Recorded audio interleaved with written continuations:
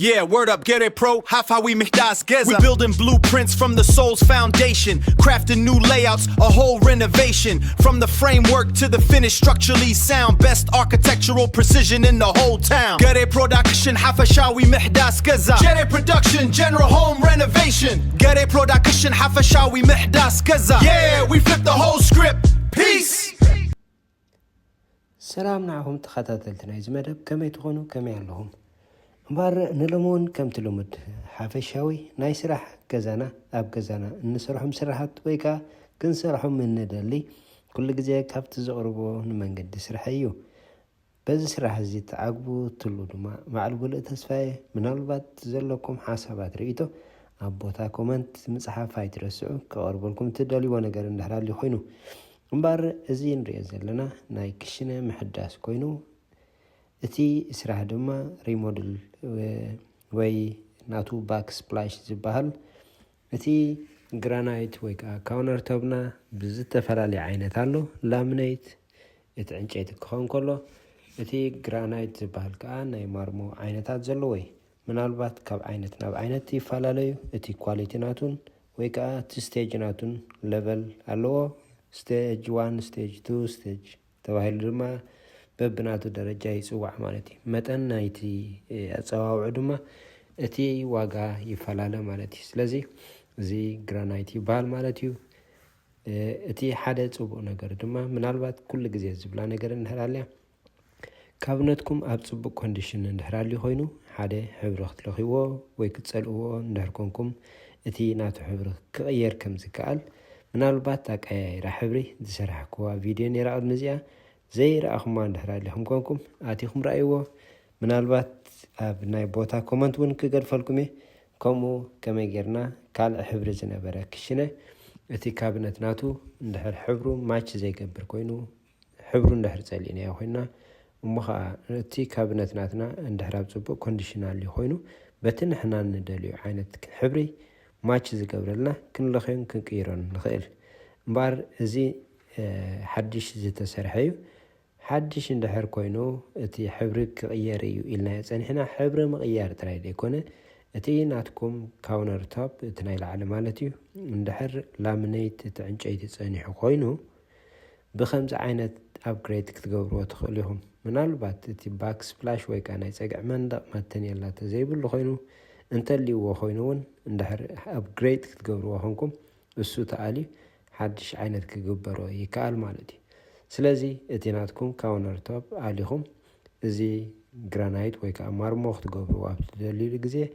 ክቕየር ይከኣል ማለት እዩ ስለዚ ናይ ማርሞን ናይ ባክ ስፕላሽን ወፃኢታትኩም ኣውፂኹም ወይ ከዓ ዝኾነ ነገር ኣፕግሬድ ክትገብርዎ ትደልዩ ነገር እንድሕራልዩ እቲ ናይ ቀደም ፈርኒቸር ተጠቒምኩም እቲ ካውነር ቶፕ ጥራይ ኣፕግሬድ ክትገብርዎ ትኽእሉ ማለት እዩ ስለዚ እዚ ትሪእዎ ዘለኹም ግን ሓድሽ ክሽነ ኩሉ ሓድሽ ዝተሰርሐ እዩ ዋላ ካቢነቱ ዋላ ክስታዩ ማለት እዩ ኣብ ሪኖቬሽን ወይ ከዓ ምሕዳስ ዘለዎ ቦታ እዩ ሶ እቲ ባክ ስፕላሽ ዝበሃል እምበር በብናቱ ዓይነታት ዲዛይን ሞዴል ወይ ከዓ እቲ ብራንድ ንሕና ንጥቀመሎም ዝተፈላለዩ ኣለዉ ከምዚ ዓይነት ዳማ ኣሎ ወይ ከዓ ኖርማል ማተንየላ ኣሎ ሶ እዚ ንሪኦ ዘለና 3x6 ኮይኑ ናይ ታይሊኒ ማለት እዩ ሶ እዚ ጻዕዳ ኮይኑ ካብነት ጻዕዳ ካውነር ቶፕ ጻዕዳ ዶ ትብሉ ኣለኹም ያ ዋላ እቲ ገዛውን ጻዕዳ እዩ ዘሎ ትሪእዎ ዘለኹም ዋላ ኣነ እውን ጻዕዳ እየ ተኸዲነ ዘለኹ በዚ ኣጋጣሚ ስለዚ እቲ ጻዕዳ ኮይኑ ዘሎ ነቲ ሕብሪ ኣብቲ ናይቲ ግራናይት ወይ ከዓ ኣብቲ ናይ ካውነር ቶፕ ከምዚ ትሪእዎ ዘለኹም ግሬይ ዝዓይነቱ ወይ ከዓ ጽልም ዝበለ ነገር ኣለዎ ስለዚ እቲ ናትና ባክ ስፕላሽ ወይ ከዓ እቲ ናይ መንደቕ ንብሎ ብእንግሊሽ ኣፀዋውዑ ባክ ስፕላሽ ይበሃል ብትግርኛ እንታይና ንብሎ ኣይደኖ ስለዚ እቲ ናይ መንደቕ ዘሎ ዝተፈላለዩ ኣሎ ሶ 1 by 1 ዝመጽእ ኣሎ 1 by 1 ማለት ሓደ ፊት ብሓደ ፊት ኮይኑ 12 ኢንች ብ12 ኢንች እቲ ናቱ ምርኻብ ከዓ ብኔት ወይ ከዓ ከምዚ ፋይበር ቴፕ ዘለዎ ኮይኑ ተተሓሒዙ ዝጸንሕ በቲ ንሕና ንደልዮ ዓቕን ቆሪፅና ኢንስታል ክንገብሮ ንኽእል ዓይነት እዩ እዚ ድማ ናእሽቶ ኮይኑ ማተንየላ እዩ ከም ንሕና ንደልዮ ዲዛይን ጌርና ክንሰርሖ ንኽእል ኢና ምናልባት እዚ ስትሬት የኽኸይድ ስትሬት ክብል ከለኹ ድማ እንዳማሳቀልናዮ ወይ ከዓ እንዳኣሰርና ዲና ንብል ኣብ ዕላል ኮይና ዳ ኣላ እምበረይ ኣነ ብስራሕ ዝጥቀመላ ግን ኣብ ዝተፈላለዩ ቦታ ኣብ ዕላል ክሰምዕ ከለኻ እሰራኽ ንብል ሰሚዕና ኣለና ኣብ ስራሕ ኮንስትራክሽን ድማ ምእሳር ድማ ንሕና ንምንታይ ንጥቀመላ ድማ እቲ ሓንቲ ተበጊስና ብታሕቲ ስትሬት እንድሕር ከድና ክንምለስ ከለና ድማ ካብታ ሓንቲ ብፍርቂ ንጅምራ እሞ እታ ፍርቂ ዝጀመርናያ ንዕአን ሃፍ እንዳገበረት ከዓ ፍርቂ ናይተን ሳይዝ ናይቲ ንጥቀመሉ ዘለና ካቨር ትገብረልና ማለት እዩ። ስለዚ ምእሳር ማለት ከዓ ንሕና ብትርጉም ስራሕ ክንትርጉማ ከለና ድማ ከምዚኣ ትእሰር ማለት እዩ። ስለዚ እቲ ክትጅምር ከለኻ ወይ ብምሉእ ትጅምር ወይ ከዓ ብፍርቂ ትጅምር እሞ ኣብቲ ናይ መወዳእታ ዘለኻ ማዕረ ክህበካ ይኽእል እዩ። ወይ ከዓ እንታይ ክንገብር ንኽእል ከዓ እቲ ናይ ክልተ ጫፋት ናይቲ ንሕና ክንሰርሖ ደሊልና ዘለና ቦታ ፍርቂ ናቱ ንዓቀን እሞ ፍርቁ ምስ ዓቀና ኣብ ማእኸል ማለት እዩ ኣብ ማእኸል ጀሚርና ድማ እቲ ናይ ክልተ ወገን ዘሎ ጫፍ ዝቁረፅ ሓደ ዓይነት ክቁረፀልና ይኽእል እዩ ማለት እዩ። ስለዚ ኣብ ክንደይ ትውድእ ትኸውን በቲ ሓደ ሳይድ ንጭናቕ ኩሉ ግዜ ኣብ ፍርቂ ናይቲ ንሕና ክንሰርሓሉ ደሊና ዘለና ኣብኡ ምንስ ጅምብር እቲ ንሕና እንጥቀመሉ ዘለና ዓይነት ታይል ከዓ ልክዕ ኣብ ፍርቂ ናቱ ጌርና ድማ ክንብገስ ከለና ብየማንን ብፀጋምን ዝተረፍ ቦታ ደሴም ሓደ ዓይነት ኣቆራርፃ ወይ ከዓ ሓደ ዓይነት ሳይዝ ይቁረፀልና ማለት እዩ። ስለዚ ዝተፈላለዩ ዓይነት ጌርና ክንሰርሖ ወይ ከዓ እቲ ዲዛይን ከዓ ሓደ ዓይነት ዋላ ይኹን ዳንበረይ ብዝተፈላለየ ንሕና እንኽእሎን እንፈልጦን ጌርና ክንሰርሖ ንኽእል ኢና ማለት እዩ። እዚ ናይ ኣውትለት ዲስታንስ ከመይ ጌርና ንፈልጦ ወይ ከመይ ጌርና ንቆርፆ ንዝብል ድማ ልክዕ ኣብቲ እንመፀሉ ግዜ እንድሕር ብፍላይ ድማ ከምዚ ኮኔክት ዝኾነ እንድሕር ሃልዩ እቲ ዋን ባይ ዋይ እሱ ክትቆርፆ ከለኻ ቁርብ ኣብኡ ብዙሕ ስራሕ ኣለዎ። እዚ ግን ንእሽተይ በብሓደ ሲንግል ፒስስ ስለዝኾነ በብሓደ ስለዝኾነ ፀገም የብሉን። ብፍላይ ድማ እንድሕር ለሚድካ ኣብቲ ስራሕ እንታይ ትገብር ኣለካ ትፈልጦ እንድሕር ኮንካ ኣየሸግረካን ይምናል። እዚኣ ትሪእዋ ዘለኹም ፀላም ነገር ከዓ እዚኣ ስላይድ ጌራ ነቲ ታይል ኖርማል ትቆርፀልና መቁረፂት እያ ማለት እዩ። ክሳብ 24 ኢንች ክትቆርፅ እትኽእል ናይ 38 ሳይዝ ዘለዋ ናይ ታይል መቁረፂት እያ ማለት እዩ። ኣብ ጣውላ ትሪእዋ ዘለኹም ዝኾነ ክስታይ ኣድልየናኒ ስላይድ ጌርና ድማ ብፍላይ ድማ እንድሕር ኣብ ፅቡቕ ማእኸል ኮይኑ ክቆርፀልና ኖርማል ክቆርፀልና ይኽእል እዩ ማለት እዩ። እዚ ንመቁረፂ ይጥቀመሉ። ምናልባት እንድሕር ኣብ ፀቢብ ቦታ ኮይኑ ወይ ከዓ ንቆርፆ ንእሽተይ እንድሕር ኮይኑ ድማ ማሽን ብማይ ትሰርሕ ኣለዋ። ከምኡ እንተኮይንካ ግራይንደር ማለት ከዓ እዚ ናይ ሓፂን መቁረፂ እንጥቀመሉ ማለት እዩ። እቲ ላማ ናቱ ክፈላለ ይኽእል እዩ። ናይ ሓፂን ኣሎ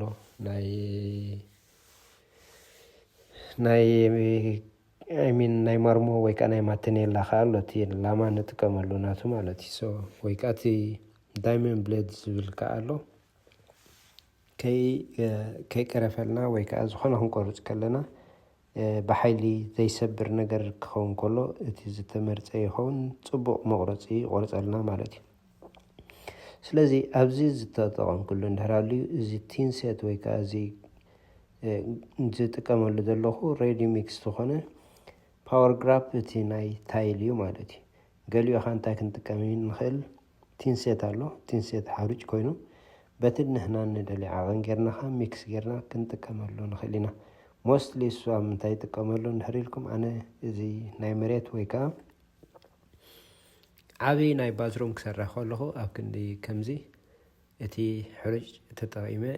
ሞር ክስታይ ይገብረሉ ማለት እዩ። እዚ ጉልዩ ሬዲ ዝፀንሕ በቲ ንሕና ንደልዮ ጌርና ከዓ ክትሰርሓሉ ንኽእል ማለት እዩ። ምናልባት እታ መሕንጠጢት ንሪኣ ዘለና ኣስናናታ ዝተፈላለዩ ደቂቕ ኣሎ ወይ ከዓ ግፍሕ ዝበለ ስናኑካ ኣሎ።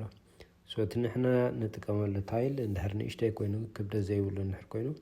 እቲ ደቂቕ ኣስናኑ ንጥቀም። እቲ ንሕና ንጥቀመሉ ዘለና ታይል ገጅፍ እንድሕር ኮይንካ እቲ ግፍሕ ዝበለ ስናኑ ንጥቀም ማለት እዩ። ንምንታይ እሱ እቲ ፀቢብ ንእሽተይ ቦታ ካቨር ዝገብር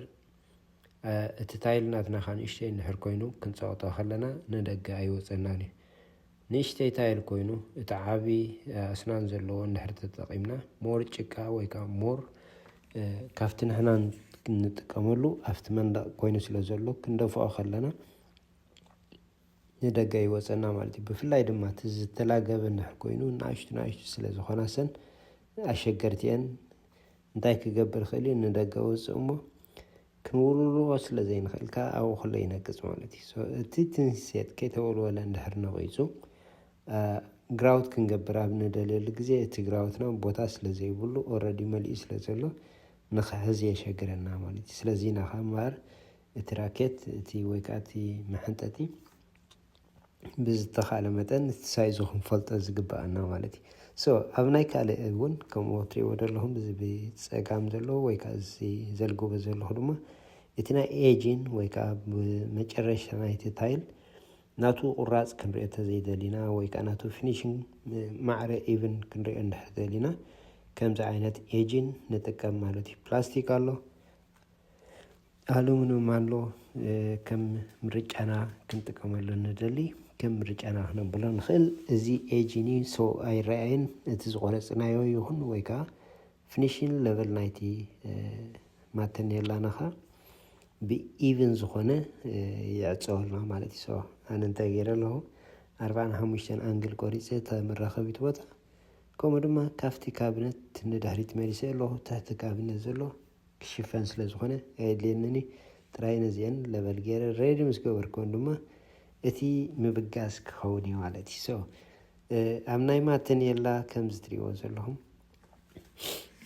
እቲ ክፍተት ናይዚ ካብ መንጎ ናይ ላዕለዋይ ወይ ከዓ ናይ ታሕተዋይ ካብ ናይ ላዕለዋይ ካብነት ናብ ታሕተዋይ ዘሎ ክሳብ ኣብቲ ካውንተርቶፕ ተወሓደ 18 ኢንች ወይ ከዓ 19 ኢንች ክህልወና ፅቡቕ 18 ተኮይኑኻ እቲ ሚኒማም ማለት እዩ ንምንታይ ናኸም ንብል እቲ ናትና ቦታ እንድሕር ካብኡ ንታሕቲ ኮይኑ ዝኾነ ማሽን ዝኾነ ናይ ጁስ መፅመቆ ድዩ ዝኾነ ናይ ማይክሮዌቭ ወይ ኣብ ማይክሮዌቭ ኮሞስሊ ሕጂ ኣብ ላዕሊ ዝስቀል ዝመፅእ ዘሎ ግን ምናልባት ኮሚታት ተቐማጢ ኣብ ዝህልወና ግዜ ሓፂር እንድሕር ኮይኑ ንኽነቐምጦ የሸግረና ማለት እዩ ስለዚ እቲ ናቱ ተወሓደ 18 ወይ ከዓ 19 ክኸውን ዝምረፅ ማለት እዩ ዝኾነ ንብረት ዝቕመጥ ኣብ ዝህልወና ግዜ ድማ ክነቐምጦ ከለና ኣይንሽገርን ወይ ከዓ እኹል ቦታ ኣለና ማለት እዩ ከምኡ ድማ ከም ዝትሪእዎ ዘለኹም እቲ ጋፕ ናይ ሲንክ ደሎ ካብቲ ኖርማል ካብነት ሕፅር ዝበለ ኮይኑ ኣሎ እዚ ከዓ ንምንታይ እዩ ሞር ስፔስ ክህበና ክንሓፅብ ኣብ ንደልየሉ ገጅፍ ነገር ድስቲ ዓብ ድስቲ እንድሕር ኮይኑ ወይ እውን እቲ ንሓፅቦ ዘለና ናቱ ፎሰት ንላዕሊ ውፅእ ዝበለ እንድሕር ኮይኑ ኣየሸግረናን ማለት እዩ እሱ ሓፂር እንድሕር ኮይኑ እምበር ክንሓፅብ ኣብ ንደልየሉ ግዜ የሸግረና ኦልሬዲ እቲ ናትና ካብነት ንታሕቲ ወሪዱ ስለ ዘሎ ማለት እዩ ዓቐን ካብነት ከመይ እዩ ማለት እዩ ይፈላለዩ ኣትሊስት ገዛና እንድሕር ካብ 8 ፊት ኖርማል 8 ፊት እንድሕር ኮይኑ ክሳብ 42 ዘሎ ካብነት ክንሰቕለሉ ንኽእል ኢና ማለት እዩ እዚ ማለት እቲ ሳይዝ ቁመት ናይቲ ካብነት 12 ብ42 36 ክንገብሮ ንኽእል ኢና 30 ከዓ እቲ ኖርማል ስታንዳርድ ዘሎ እቲ ዝነውሐ ከዓ ሞር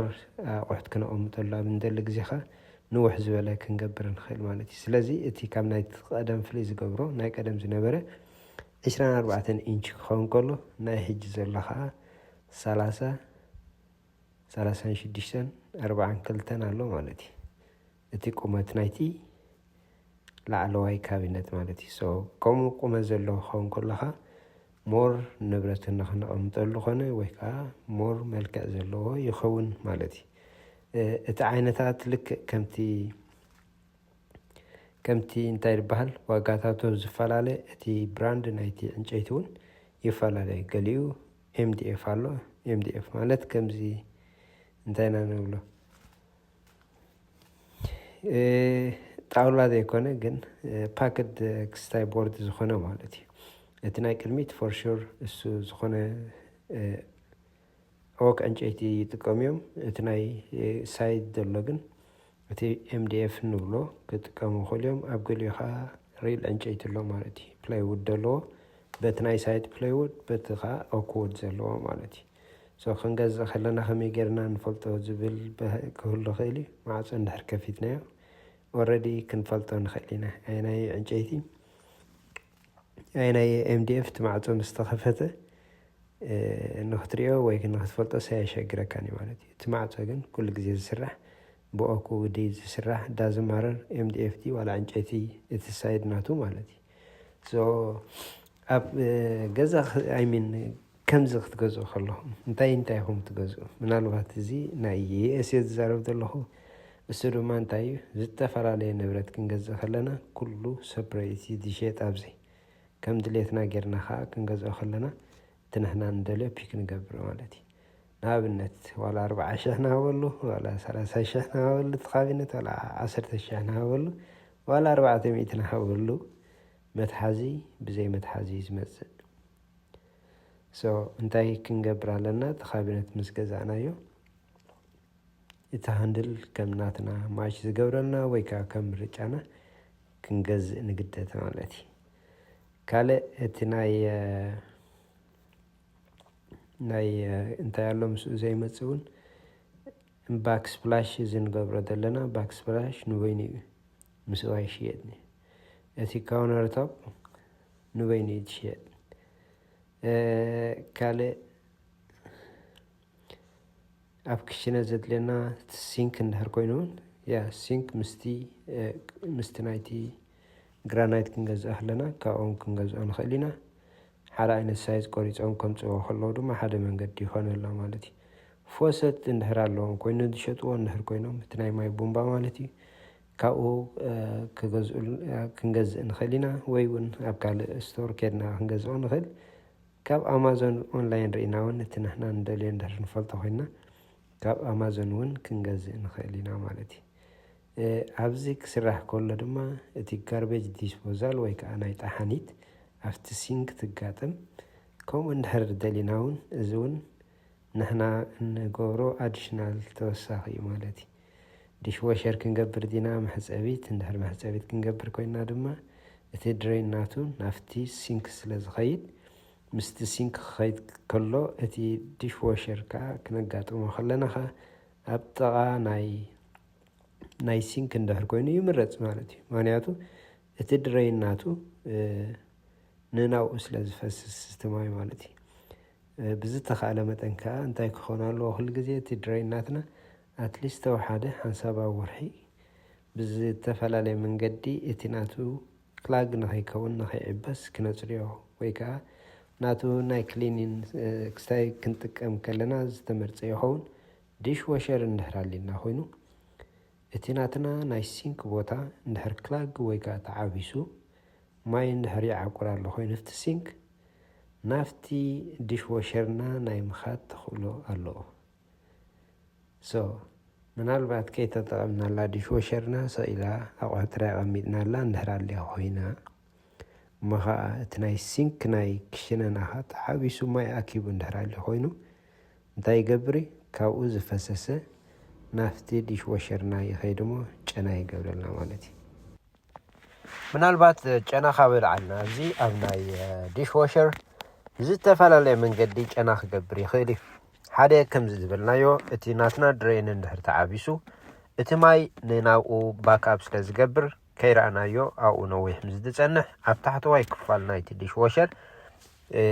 sometimes when بعيننا زي كنريو نخلينا جن اتي درين اب حدا مسمر سلازلو السوخ عباس كله ناو نافتي درين يملس مالتي بفلاي دما بلانجر امصينا كن دوف اويلنا ابن حسبل غزي اتي اير ناب كلتيو دايفرت يقبر مالتي حدا نافت درين كلايكا نافت ديش واشر سو اتي بلانجر مالتي اتي ناي مسقطي ناي شاعلون والله ستيل جاون بتغرينيا يفلطاني فينتوزا بلو اطليانون ازيا كن دوف اوخلنا نتي ناي شاع مدفي مشالله تصليم وقيه سو بلانجر بحال مالتي بو غيرنا هندوف اخلنا نهر ديش وشر الله خوينو اتسينك انت يخون أي حزلناني سئلوا تراي نفاس يقبر مالجي كندفئون أي نخلينا مخنياتون تايخون الله السنو من تاي زفتر نتتا عابيسو دلو إير ينكساقو سمو دفينا نلعلق سحبو خلنا اتي حزو دتسانحا ويكا ستاكوين دتسانحا مونغو ينكساقس نلعلق زمت سمو شعوت ماي محلفي راكب وغير يخفتلنا مالجي إذن نحر تعابيسو اللي خوينو بلانجر نحر نتكامل لنا خوينا قن انتاي يقبر فرقو نافت ديش واشر فرقو نما نافت درين سلازخيت كده فعلنا ايك النيو مالتي اتماي دما ناب درين كخيز قبو ناب ديش واشرنا يملس مالتي سو كي كفتنا يانا ويح دار تساني دما جانا يقبر مالتي كالاينا يديش واشر جانا زقبرو له دما زخوانا نقر زتتقامنا له بياتي دستي كوباياتات تطغم عبيلنا رينس كي قبرنا اب سينك ماي العلواي كفال كي حاسبنا كم زلو تراي اب ديش واشر اندحرت هنايو ازي او زصن نحترف ناي بياتي يخون ويون اب دستي زصن نحترف انتا يخون كحصب كله جينا افتناتو فلتر سلازلو مصري سلازلو ديش واشرون نافت درين كي اتو خلو افت العلواي كفال او تراي تطويبل ويك افتناتو فلتر تطويبل مو ازي تطو مسبله مولد يفتر جنا يقبر مالتي سو ولا 10 غزي اندا حصبت كلا سلمنتاي جنا تقبر كنبل نخلينا اندا صريت كلا سامنا اندا غبرنا نخلينا سلمنتاي زي صري كنبل نخلينا مالتي سو ديش وشرنا مالت 10 غزي تحصب تطره اتي او زترف ነገር انت زي اصرينا يو فلتر አላታ تزي تقاقي فيديو سريحا نيرا كومنت تخويني تشجيرة كالايكم محدش كسرح لكم السو اتفلتر انت زي اصرينا او يكبمو او زكب مايدي ويك او زكب ترف مرف كانت يقبر جنا يفتر مالتي سلازي ازي ون كافتي كالاي تنكي سالساي تنكي كنا نقص كلنا ديش واشرنا اختن نقص كلا انت يالو حفا يفتري اذا حفازي انقيصا ويكا حاصيبا انقيصا مسودت توحاده اتي ناتو حفا كنوصو خنكلالنا كمي غيرنا نوصو قرب بمخفات كفتا بينا نزتوسنه دقيق اتي عاوز صنح حفا نخوت اندحر غيرنا يو جنا ايغبرني تحاصيبو انقيصو وديو خنسو كن ستيم سلازفتر ات ستيم كا خوت تزيكيلو او جنا يغبرلنا مالتي سو بزتخالنا متن اتا ديش وشر قرب كفتا بيلنا هنغدفا خلنا زتمرص يخون حصيبا ويكا انقيصا مسودت كنكوفتو زي نخيل قلعو زلونا اندحر كوينو دما زخونه كم شغومانه رقق زبله شغومانه مثالي كفتا بيلنا نتا شغومانه فتلعلو اي معصو نايتي ديش واشر بمغبار نتي زلو ستيم نافتي شغومانه ناو سكنخون ويكا نخسحبو عدل سلنفترلو جنا كاب مغبار يدحننا مالتي بمنتاي كنطريت زخيل نزبل دما اسخاب بمنتاي كنطريت نخل زخونه ناي تا فلتر مانوالي زخونه مسري بلان ويكا تا تزور ماي سبراي تقبر ناي تا ديش واشر بيدنا نفتحا نخلينا انت هليا دما منالبات حنت سكروت هليا سو نعاب ملعال نتا فلتر العلنا كنصريا نخلينا بخمي نصريا نهالينا دما فينيجر غيرنا ويكا زي بيكين سودا او منسناس ماي وعي نورمال ماي ناي تاب وعي غيرنا خا كن حصبا ويكا خنولولا نخل نتا فلتر دما بيت كاسله توص اوصينا اصرينا نعا نتفتوشت زترف كا كنصريون كن حصبون نخل مالتي منالبات زيا دقيمه فيديو خسرح لكم السوت الينايو وي نسن توجدنايو ازي جناز بحال زلو كاون كنغالاغلن كندحنن خلينا امبر ولا 10 غزي اندحصبت كلا اتي شتا وي حما جنانا يديش وشرغن او خوف بيلي مالتي سلازي ازون اتي حدا كاب تنقطات نايت ديش وشرنا انداتطاونا لخلنا كغاطمنا زخيليو مالتي ازي اندحلو خلو افغازون كوملو غازكا تنتقامل ستوب زيت دي دحس كوينو غريس دي زحز ويون كنفلح كنسرحالو خلنا زفسس نغرات نهرالي امو اطرينا يندابرنا خلنا كن مسراح تابينا نهرالو خوينو ازي اتزفسس كل غزي نافتي غاز تمصلو بوتا ويتا بغاز تحالفلا مرفق اندحرينا ازيا صبابيا ازي اندحرت عبيسا انتي تخون ات جريل دلنا ناتنا بت برنر من داديا بينا مالتي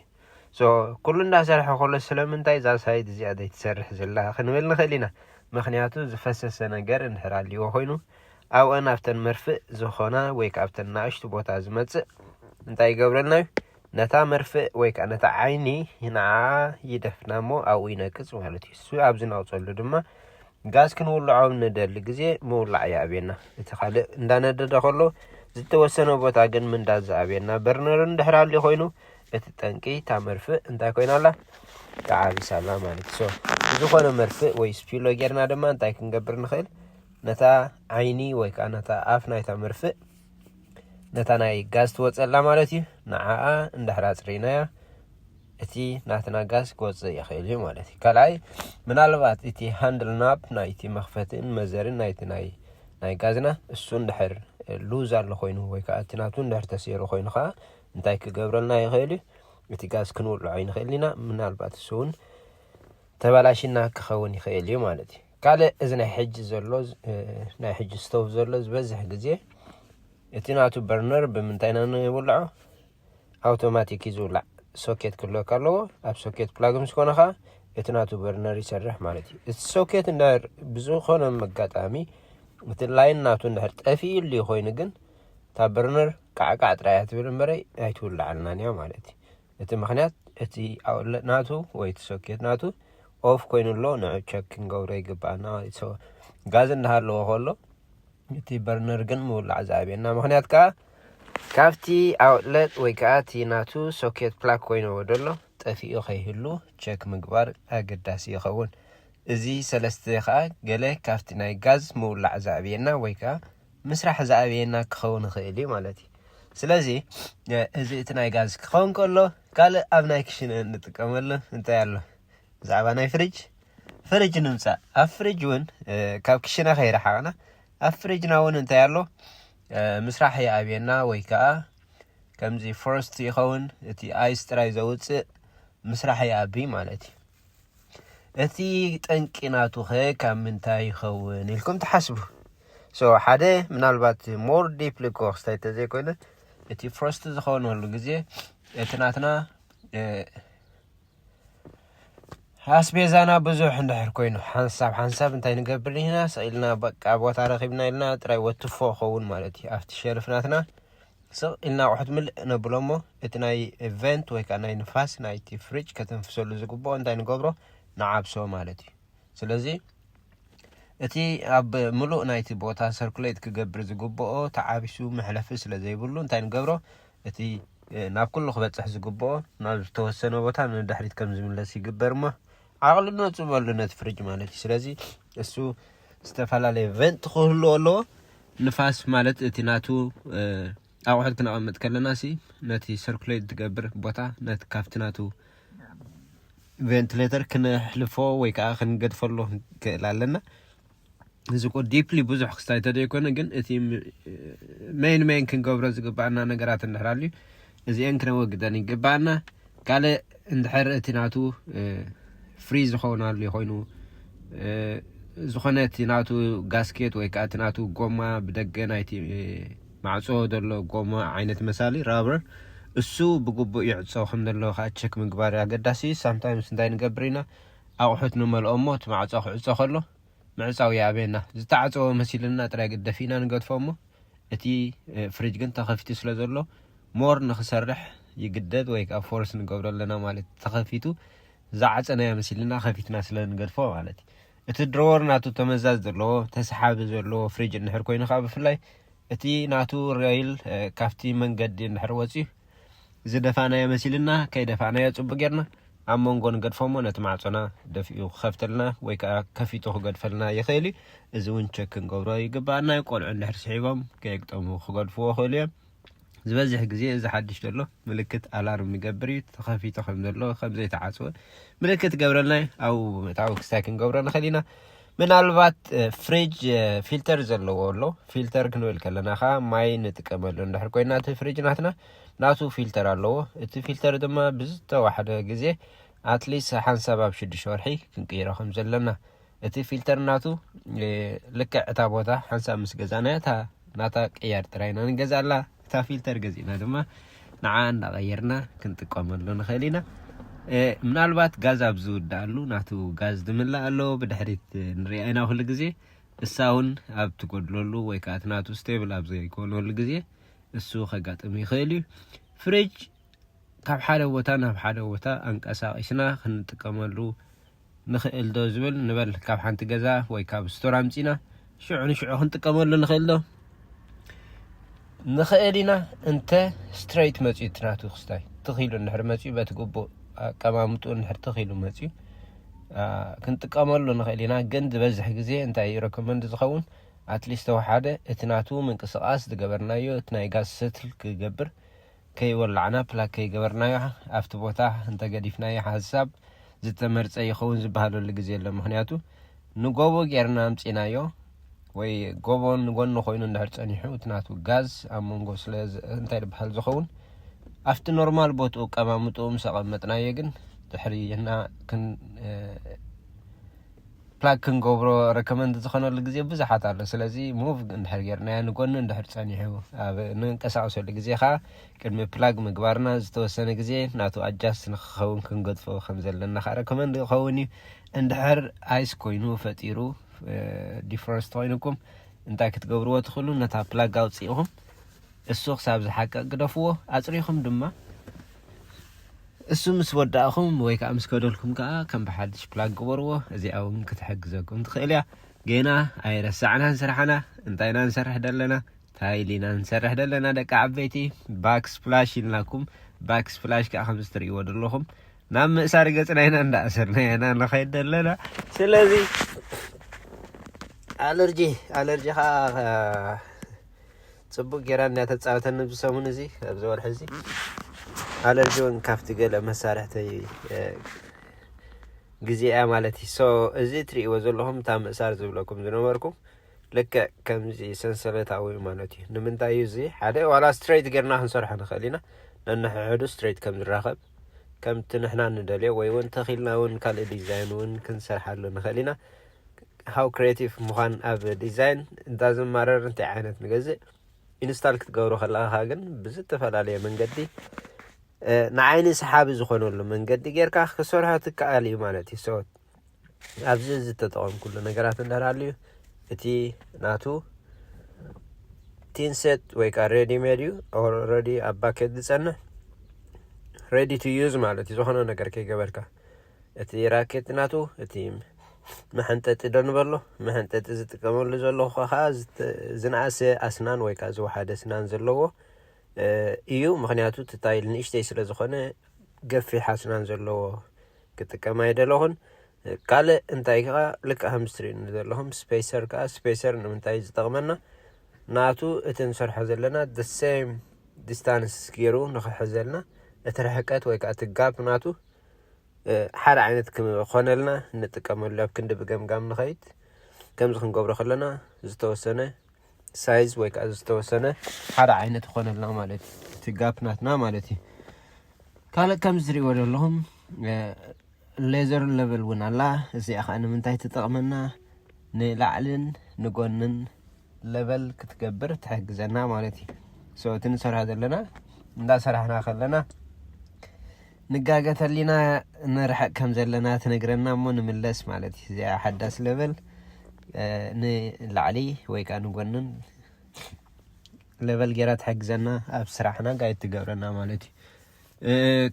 ካልእ እንታይ ኣሎ እዚ ሌቨል እውን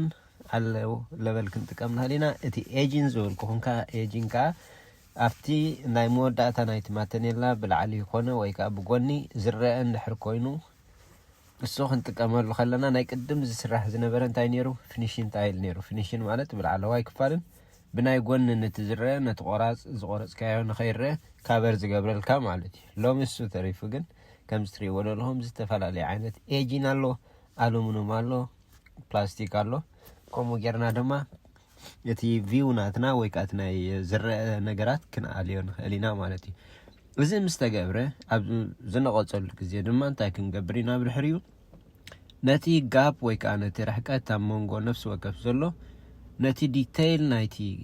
ዲዛይን ወይ ከዓ ናይቲ ጋፕ ክፍተት ዘሎ ከዓ ምስ ተመልአ ከዓ ክምላእ ዘለዎ ከዓ እንታይ እዩ ግራውት ዝበሃል ማለት እዩ እዚ ግራውት እዚ ክልተ ዓይነት ኣሎ ሕፃ ዘለዎን ሕፃ ዘይብሉን ተባሂሉ ከዓ ይፈላለ ሕብሪ ግን ዝተፈላለየ ዓይነት ሕብሪ ኣሎ ሕፃ ዘለዎ ንምንታይ ኢና ንጥቀም እቲ ጋፕ ናትና ወይ ከዓ እቲ ክፍተት ኣብ መንጎ ማተኔላ ዘሎ